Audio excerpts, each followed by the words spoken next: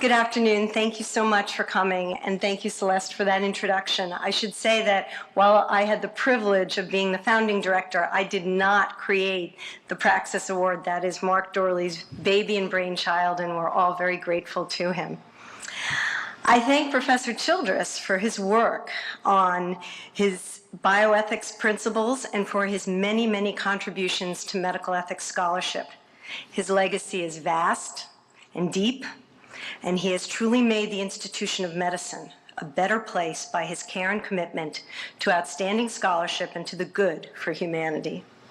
It is a great honor for me to present some of my work today at an event that honors such an important hero in the world of theoretical bioethics. I will not be adhering today to the principle-based method exactly, but I will be working with what Professor Childress has given us as conceptual architecture to make a very modest contribution to the area of reproductive ethics. Reproductive donation is a substantial part of fertility medicine. The established technologies include sperm donation insemination, the first instance of which was memorially recorded at our own Thomas Jefferson Hospital in 1884. Egg donation followed 100 years later in 1984, with the first birth recorded in Australia. Embryo donation has likewise been around since 1983, though it has gained popularity only in the past 15 years as physicians, clinics, and former patients have struggled with decisions about what to do with the over 400,000 frozen embryos, quote unquote, left over from fertility treatments worldwide. A growing minority of patients with embryos on ice will donate these embryos to other couples who will then gestate and raise any children born. The technologies, procedures, and practices of reproductive donation are all designed and intended to result in children who are genetically related to at least one parent. In the case of embryo donation, while the child would not be genetically related to the prospective parents, the child would be biologically related to the intended mother through gestation. Genetic biological connectivity is a desire, a deep and understandable desire. A desire that is not, if it is not fulfilled, often causes great suffering, which medicine can address now through these and newer emerging reproductive technologies, such as mitochondrial replacement therapy or the so-called three-parent IVF. However, the desire for genetic relatedness on the part of prospective parents has led to the existence of hundreds of thousands of children who themselves have lacked a genetic relatedness with at least one of their parents. The most controversial aspect of reproductive donation currently concerns disclosure of this genetic asymmetry between parents and children. In other words, do we tell the kids? A very public debate has concerned whether individuals who are donor conceived have a right to know the knowledge of the identity of one's donor. David Velleman, for instance, has argued that our identity is in large part determined by ancestry, by knowing the narrative of, quote, where I came from, and that knowledge of one's origins is necessary for a stable and fully developed identity formation. The case of Olivia Pratton in Canada put a face and a name to the rights of donor-conceived individuals when she went to court to get legal access to the identity of her sperm donor. The Fertility Center's director cited privacy concerns of the donor and her parents, as well as the wrongness of breaching the terms of the original agreement which guaranteed anonymity, and he refused to give Olivia the name. When the court found in her favor, the physician destroyed the records. As a result of cases like these and the advocacy of donor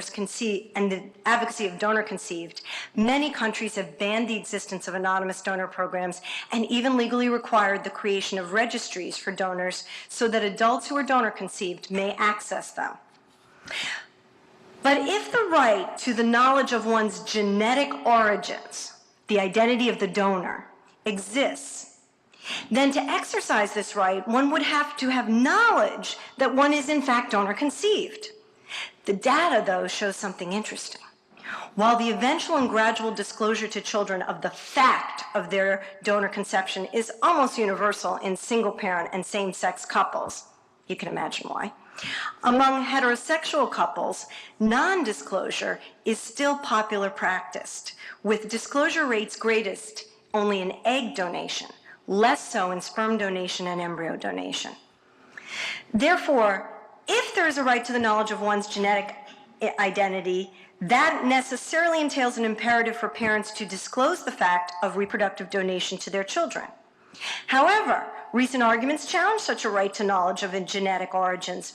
Melo Martins has argued that there many reasons exist to cast doubt on such a right, including the contested role of genetics in constituting personal identity, the lack of robust empirical evidence showing, I love this term, genealogical bewilderment. And in addition, one of the leading arguments in support of the right is the analogy to traditional adoption, where there is settled agreement that children have a right to knowledge of the identity of their birth parents, and that in most cases, philosophically at least, this right trumps the right to privacy of birth parents.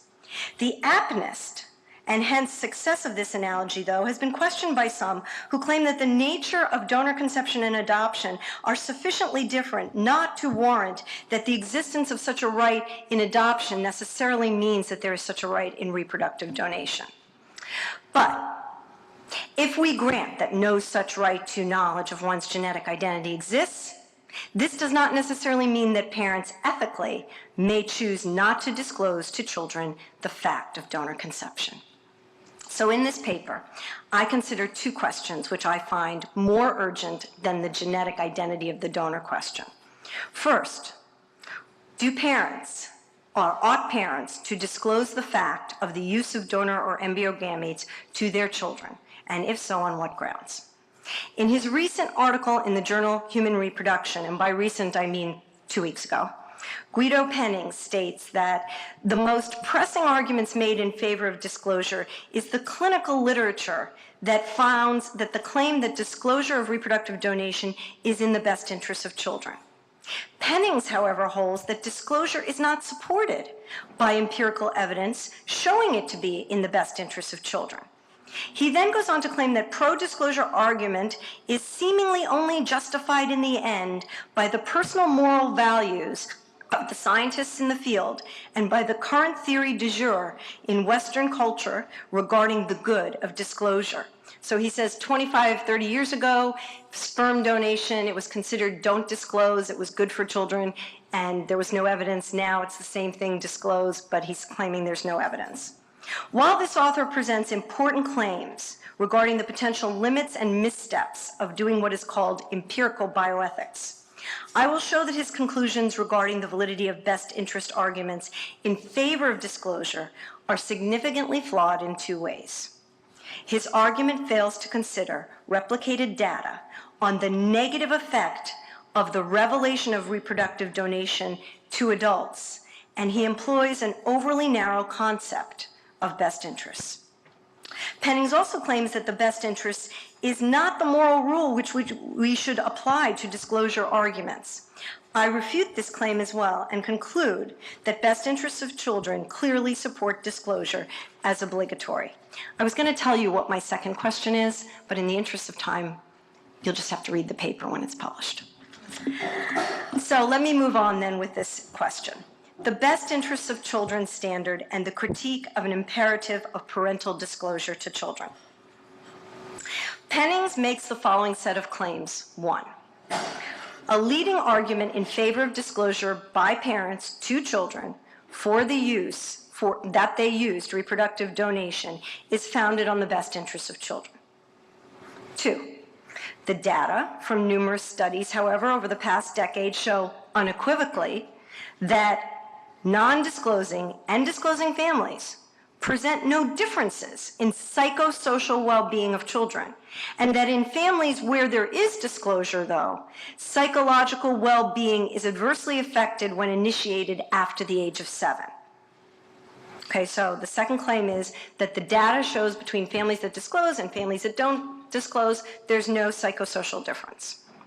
3, even in the face of these findings, the authors seem to argue, though, in favor of disclosure. And Pennings cites a number of them where they make their conclusion and then they say, nevertheless, you should disclose. Pennings states, quote, the logical conclusion from no difference or insufficient evidence is that no recommendations can be issued, or at best, that all options are equally good. It seems that the author's moral convictions, i.e. that parents should disclose and the child has a right to know, can easily survive non-fitting or contradictory empirical findings, end quote. Pennings qualifies his position by saying, surely, there is nothing wrong with making a quote-unquote moral argument. He distinguishes these as deontological arguments, claiming, while there's nothing wrong with this, people should be open about it. They should not pack these claims in a psychological bag presented as a scientific fact. Evidence-based advice still remains a faraway dream. I think Pennings tracks something very important to call attention to in his third claim, that the fact that even in the face of these findings, the authors seem to argue in favor of disclosure. It does seem to be the case that many times, especially where social science commitments overlap with advocacy commitments, well-meaning and good researchers adhere to a received view regarding social policy, especially when it relates to child welfare. However, I worry that he maligns researchers' integrities with claims that are overreaching of his own. I will now show that Penning inaccurately circumscribes the nature of well-being to a very specific understanding of psychosocial well-being.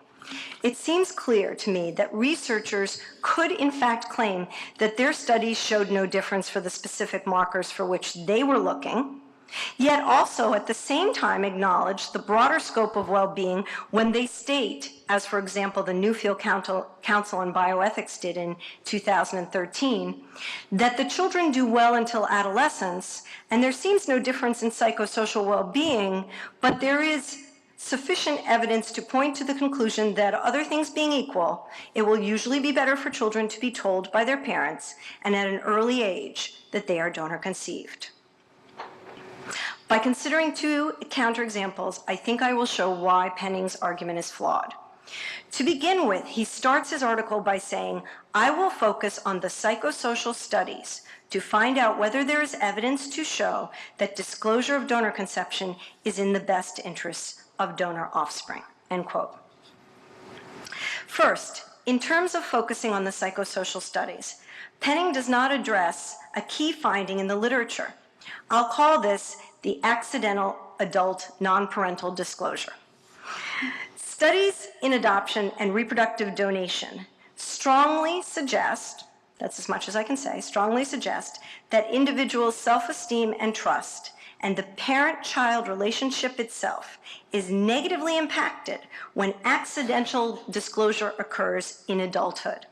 This can come from information coming from others, and this is very fascinating. When parents are deciding to use the reproductive donations, they often tell their friends and family, not because they're interested in this question of donation, but rather because they're seeking support. What happens is that the parents at time A do not think about time B when these people know something significant about their child and the relationship between the parent and the child does not. The other more likely accidental disclosure is from genetic testing and medical needs or treatments of the child. Given both the advent of commercially available testing genetic kits, people's curiosity about ancestry, and the rise of precision-based genetically informed medicine, it is more likely than ever before that accidental discovery of the fact of genetic asymmetry between parent and child will come to light. If it becomes more likely that children will discover their genetic asymmetry with parents as adults, and if this accidental discovery has a negative effect on the parent-child's relationship and the child's psychosocial well-being, then this is an effect that is different than the ones that the researchers tested when they were looking at functioning and well-being levels between disclosing and non-disclosing families. The interesting point here is that Pennings does raise the issue of secrecy, but says, look, studies on the effect of having used reproductive donation and keeping this a secret from the child do not show an effect one way or another. He says, quote, it has been argued that secrecy will have an adverse effect on family relationships and consequently on the child. However, as far as the present evidence goes, this belief has proven false in the case of donor conception, end quote. But this was not my point. It is not the fact of the secret kept. In other words, there are families with kept secrets, there are families that have disclosed. It doesn't seem to affect psychosocial well-being. Rather, it's the effect of the secret revealed, and being revealed after so much time and so much of the relationship has established. The data indicates, though it is not univocable and more work needs to be done, that insecurity is engendered by this, as well as a deep sense of betrayal. What else haven't they told me? Not regarding the use of reproductive donor or the fact of finding out about it, but rather adults to whom this has happened report this betrayal about, as I said, what else they don't know, and that the parents had this whole relationship with them and didn't talk. Second, I am puzzled why Pennings defines best interests exclusively in terms of psychosocial well-being. Surely there is a biological sense of best interests and that psychosocial effects, which must be included in any determination seeking the good for children. I raise just two of these here. In the geneticized era of medical treatment, it will be necessary, we think, to know the medical background of the individual to determine risk of disease. Some parents, this is actually interesting, as opposed to everything else I've been saying, some parents who plan not to disclose solve this by supplying, if they know, the egg or sperm's history to the pediatrician.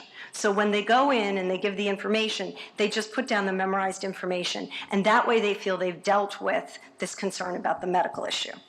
However, again, people are not thinking ahead. The child will grow up and incorrectly surmise risk profile and background that would be in line with the social parents, not with their genetic profile. In addition to possible adverse health risks, which admittedly we can't be sure of the likelihood or the severity of.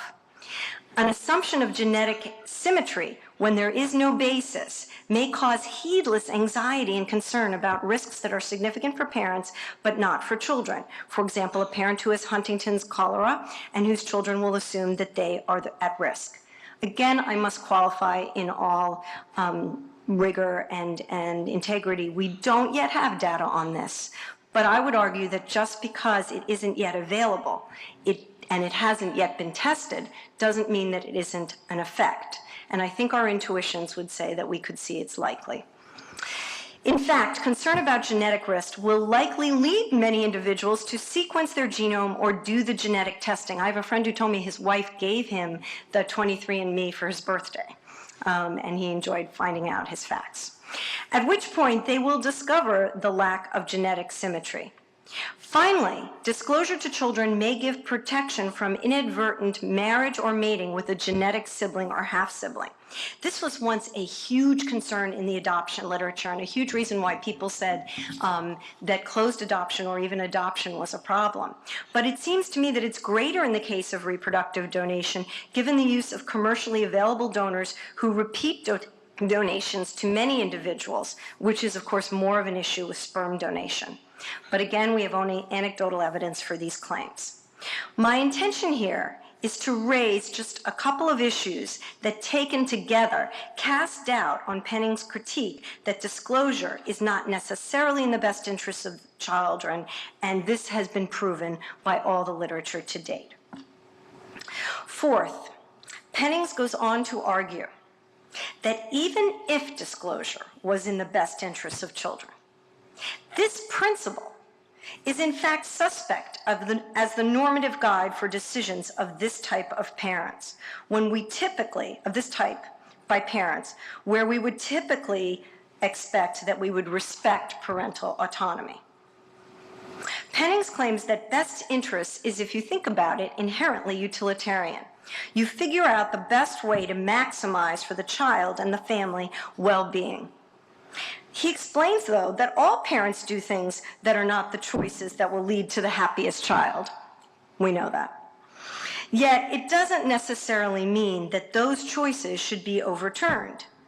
Instead, Pennings offers a different principle to apply to the question of whether parents ought to disclose, a threshold of harm principle, that parents should not do those things that have a high chance of leading to serious harm. This, he claims, is, quote, the degree of parental autonomy we also respect in natural reproduction. Considering the evidence he has cited, he concludes that failure to tell the children of genetic asymmetry just doesn't lead to serious harm. My response is, first, given what we've just argued above about the possibility and increasingly likelihood of accidental disclosure of reproduction, it could indeed be the case that even on Penning's threshold of serious harm principle, early disclosure to children might be warranted. Let me pause here to say that the literature is clear, and Penning acknowledges this point, that for those families who do disclose, beginning the process before age 7 shows no adverse effects, while the data appears actually for the disclosing families to indicate adverse effects for those who began disclosure after that. And this creates actually such a problem for people who maybe were advised not to disclose and now have 10 to 18 to 25-year-olds, and they're thinking, I really made a mistake, I would like them to know, but now will I just be compounding it? But let us grant that such a harm is only likely, and perhaps, as Penning says, in most cases not serious. Does his principle work better? Is it actually the apt fit? I cannot mount a full defense here, but it seems to me that by calling for a threshold of serious harm principle, Pennings is collapsing the duties parents have for non-maleficence with those of beneficence in the specific context of reproductive medicine. And he's arguing for a conception of parental responsibility that I think is just not universally shared, and nor do I think it's right. Parents and physicians are not called to merely make sure that a practice does not do serious harm to children. A common intuition to me seems to be that parents and physicians must give more significant weight to the needs of the individuals created for whom they are responsible, the needs for flourishing of the child, rather than to the desires of the parents or the physicians. Therefore, in the context of what parents should do, it appears that a practice of early disclosure begun before the age of 7 by parents to children of the use of donors is in the well-being of children, primarily because genetics matters for health and future reproductive plans of individuals who are donor conceived or the results of embryo donation, and because the accidental discovery by children of the use of donor gametes in adulthood has been shown to be harmful to the psychosocial well-being of individuals and detrimental to family flourishing. And I would argue, even if that's just a little bit, what good parent wants to do anything but the very best for their child? One final counter to my position, though, is even if certain practices are in the best interests or protect the welfare of children, respect for autonomy of the recipient couples must guide physician actions because parents have the right to decide what happens in their families. A quote from a book called The Ethical Dilemmas in Fertility Counseling says, nevertheless, after it's argued in favor of disclosure, it is the parent's right to decide in their role as arbiter for the child and within the cultural, social, and religious context in which they will raise their child, whether this is in the best interests of their child or their best interests to disclose this information. While this idea of parental autonomy and parents' rights to make decisions on the best interests of their children is generally true within a sphere of choices that all can be clinically and ethically supported, we don't, however, typically let parental wants or decisions always trump the best interests objectively understood as parents. And this was one of the earliest points that Beecham and Childress made, that autonomy is so central, but it doesn't always trump. But that didn't always translate into clinical practice. But this is why patients have the right to autonomous refusal, but this right is attenuated in pediatrics Children's welfare often limits what we allow parents to do. If you think about cases of people who want to believe or who believe in faith healing and want the faith healing to heal their children, we don't routinely allow them to do that when we think the children can be healed by medicine. Parents who use severe corporal punishment, we don't stand back and say, well, that's your right, even though it's not in the best interest objectively understood of children. Finally, I would briefly, and it's way too briefly, like to talk about the deontological argument. And here I'm going to call this harming versus wronging.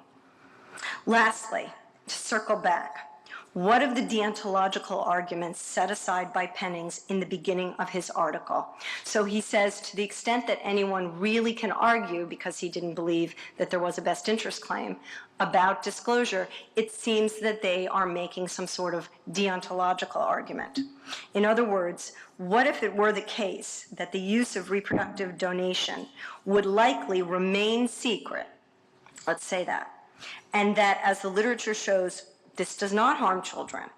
Would there still be an argument for disclosure? It is here, I think, the distinction between being harmed and being wronged is useful. The child who is not told about a fact that is central to future projects, such as health, mating, and serious interests, and perhaps even of her constitution of identity, though, as we said in the beginning of this paper, this issue is philosophically unsettled. It could be seen as treating the child as a mere means to the parent's desires, fears, hopes, and beliefs. In a literature review that I did, and I'm not subjecting you to the slide with all of the charts, for the last 17 years, it's very interesting to look at the reasons why people don't disclose.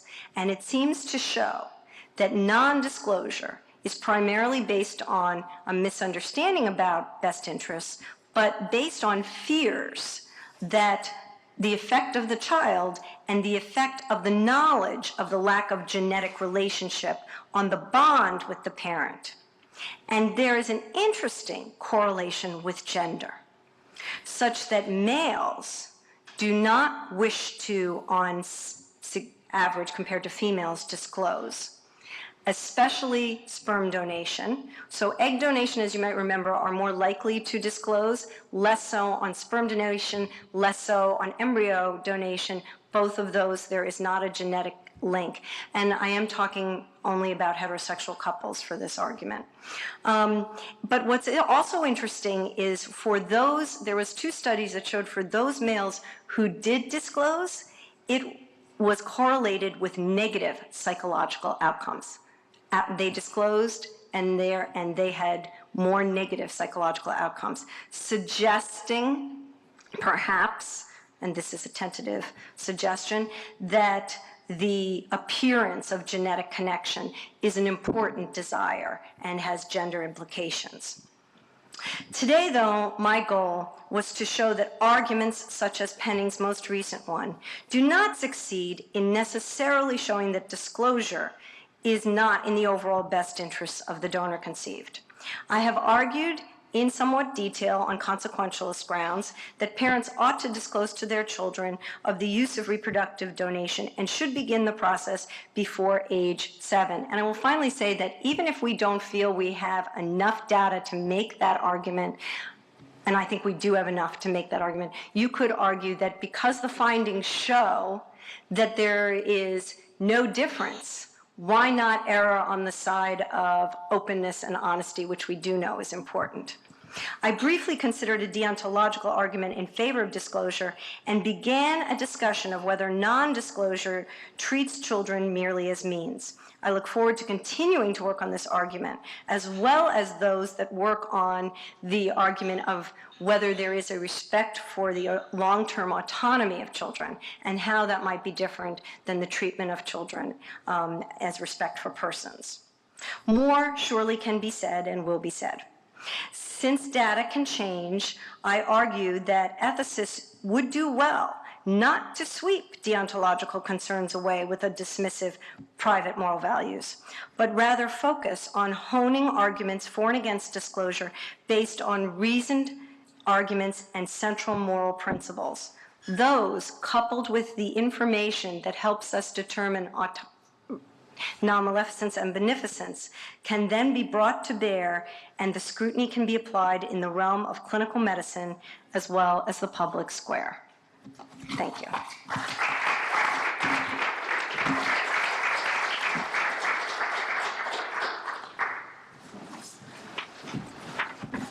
All right, thank you to both of our speakers. At this point, I would open up the floor for questions. We have time for maybe 15 minutes of questions. I'll try to keep a list here going, but.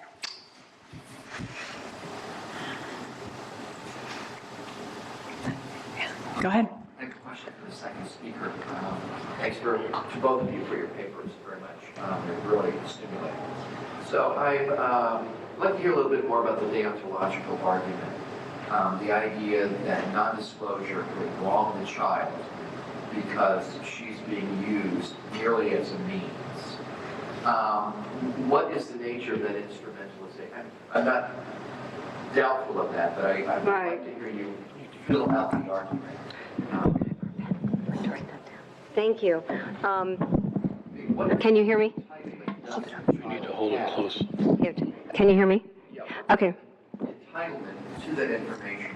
That would be what the deontologist begins by asking. Right. So there, it circles back to what is the meaning and value of genetic connectiveness, right? And there, that's where that work has to be unpacked. And that's why, there will have to be this answer of, does genetic connectedness or lack of genetic connectedness have some value in and of itself, such that then if I don't know that, or I do know that, or I assume wrongly about that, then I have, and someone could have straightened that out, I've been wrong. So I think, for me, I'm thinking the work has to be done there. And I don't think, it's interesting that I don't think that even people who use reproductive donation think that biological parenthood or genetic connectivity is necessary for parenthood. But the interesting question is it sufficient? And if it's sufficient, then it would bring up lots of questions about the morality of the practice itself. So just to add to that, are you saying that the value of that connectivity is intrinsically? So that's what I'm wondering. That's what I'm thinking. Yes. Right. That is necessarily constitutive of identity. What do you think about that? Well, I think I go at it a different way. I don't know how much mileage you can get out of an intrinsic value argument. Okay. It seems to me that argument is actually providing cover for a way in which we interpret family relationships. And I would think more along the lines of, let's say, Tom Murray or Michael Walzer, that there are certain meanings attached to relationships that, for want of a better term, are socially constructed.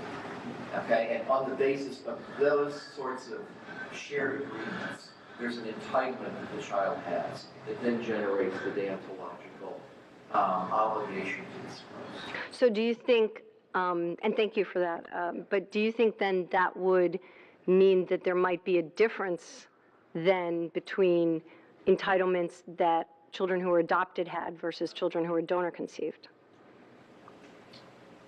I'd have to think about it more, but quickly I would say no. I mean, it seems to me that both have these claims, both sets have these same. We understand the relationship under that rubric, regardless of the origin or the nature of that relationship.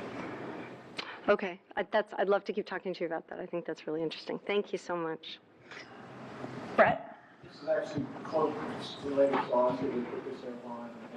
And, one way to maybe think about it is to explore the scope of the right to self-knowledge. And because that would bridge some of these in terms of thinking about adoption or the connected. Speak up a little bit, Brett. So the idea of trying to think about the scope of the right to self-knowledge and how that, we might flesh that out and how that might begin to apply. Right, so thank you. That's, I think, really important. And David Velleman has done some very interesting work about why he thinks that personal identity is very linked to, actually it's interesting, to the story, right, of my ancestry, not just to the fact that I have, this profile, but that these people came from this place, they struggled with this, and that's in my nature of personhood. If I am a person in the sort of the biological as well as the rational and social and spiritual self. In terms of what we know, lots of things about lots of people, and to what degree do they have a right to that information or that knowledge? And we can enter into relationships where we forego that, and we have some right of confidential right of recommendation or something. So no, there's something about me that I don't have a claim to any longer. But it's interesting to try to then work through what is that scope, on what basis do we claim the right to self-knowledge, what information does that include, what obligations does that generate, and how might that then come down into contact with some of the things that you're doing.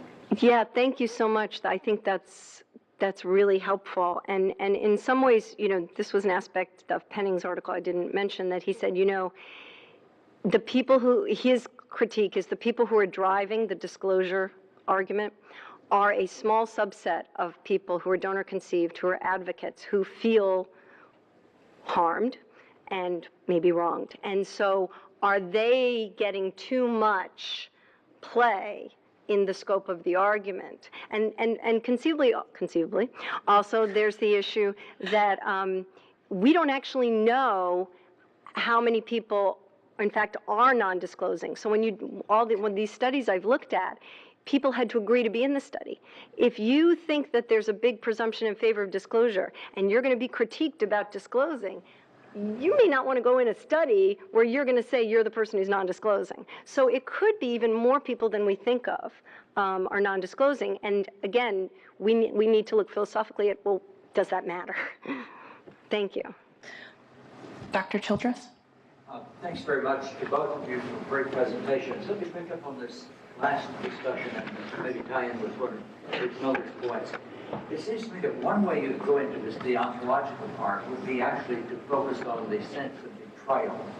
What are those who feel betrayed by the non-disclosure? What are they claiming? What are they arguing that they're missing? Not simply that they're harmed in the process, but clearly they're making something else. Now that may mean that you look more at ethnographic studies than at sociological, statistical ones.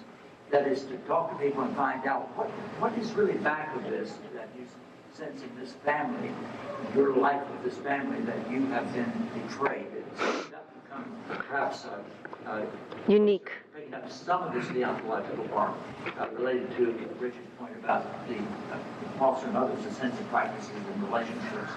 Thank you so much. I appreciate that. Yeah, go ahead. Also, just to pick up on this, I'm curious if there was some sense in the study of how the disclosures happen. Great. You can disclose in a lot of different ways, including in an angry outburst. You're my son anyway. I didn't ask to be born in this family. But I'm also curious with the sense that telling children younger, or at least starting that process when they're younger, seems to have a better outcome. Do some of those reproductive technology counselors or other groups, has there been, some scripts created, some guidance, even perhaps some, children's books, some graphic narratives that help to make the case? Because parents often feel really at a loss for how to have a conversation like this with a kid when the stakes seem so high. So thank you. That's such a great question. And in fact, the data did show that the process for about 5 years, there was no discussion of that. And then there were these great spate of articles where it said, that's actually a big issue of getting negative results of disclosure. It came out in adulthood, in anger, on a deathbed, in all these sort of terrible situations. And actually here, I think what I see, this is just my own take, is that I've followed the adoption literature, and what I see is that the same movements are happening sort of like shifted up 20 years. So adoption shifted to open in the mid to late 60s with this idea that you disclose to children, you tell them early, so there's never a secret, there's never, you know, a moment where they say, I remember. People, I think it's so funny when people today say, do your kids know they're adopted? I'm like, yeah, like you would and they wouldn't. You know, that's, you know, you want it to be very open like that. They say 20 to 25 years later, you're seeing this in Reproductive where they're making this argument. And there's a lot of resources now. There are these children's books. You can go on Amazon. It's actually kind of interesting. And there are books like Daddy's Tadpoles Don't Swim, you know. So, you know, Mommy ran out of seeds, you know, because people said, well, it's one thing to sort of say, with adoption, you know, you didn't grow in my tummy, but you grew in another lady's tummy, you grew in my heart, you know, there's all these, but people said, how do you start early about something so complicated? And by the time they felt someone understood reproduction, they felt it was too complicated. And then the interesting data is disclosures in adolescence, right? Because you've already got so much going on. Do you really want to add that? Pennings sort of critiques the fact that the data only goes up to middle school, but I actually found a couple of studies from Australia that said, you know, and one was a longitudinal study where they hung onto the same families, and they looked at them at 1 year old, 3 years old, 5 years old, 7 years old, and 10 years old, and that's where we're sort of seeing if you do it right, there's really no ill effect of it, right? But then there's this flip side of, well, if there's no ill effect either way, but my argument is, but I just don't think you can count on that. You know, it's going to come out. Go ahead. Sarah, do I remember that Leon Cass or somebody like him argues that adoption of what otherwise would be orphans is very good, but no reproductive technology using sperm, egg, or embryo is good because the soon-to-be adult needs that sense of genetic connection. My grandfather was a Latvian or something. Yes. He seems to argue that none of it is good. So in his, yes, Joe, thank you. In his earlier books, he did write that, and you know, it's interesting. It's very much aligned with the Velleman piece, and he feels this strong sense of genetic connection. I actually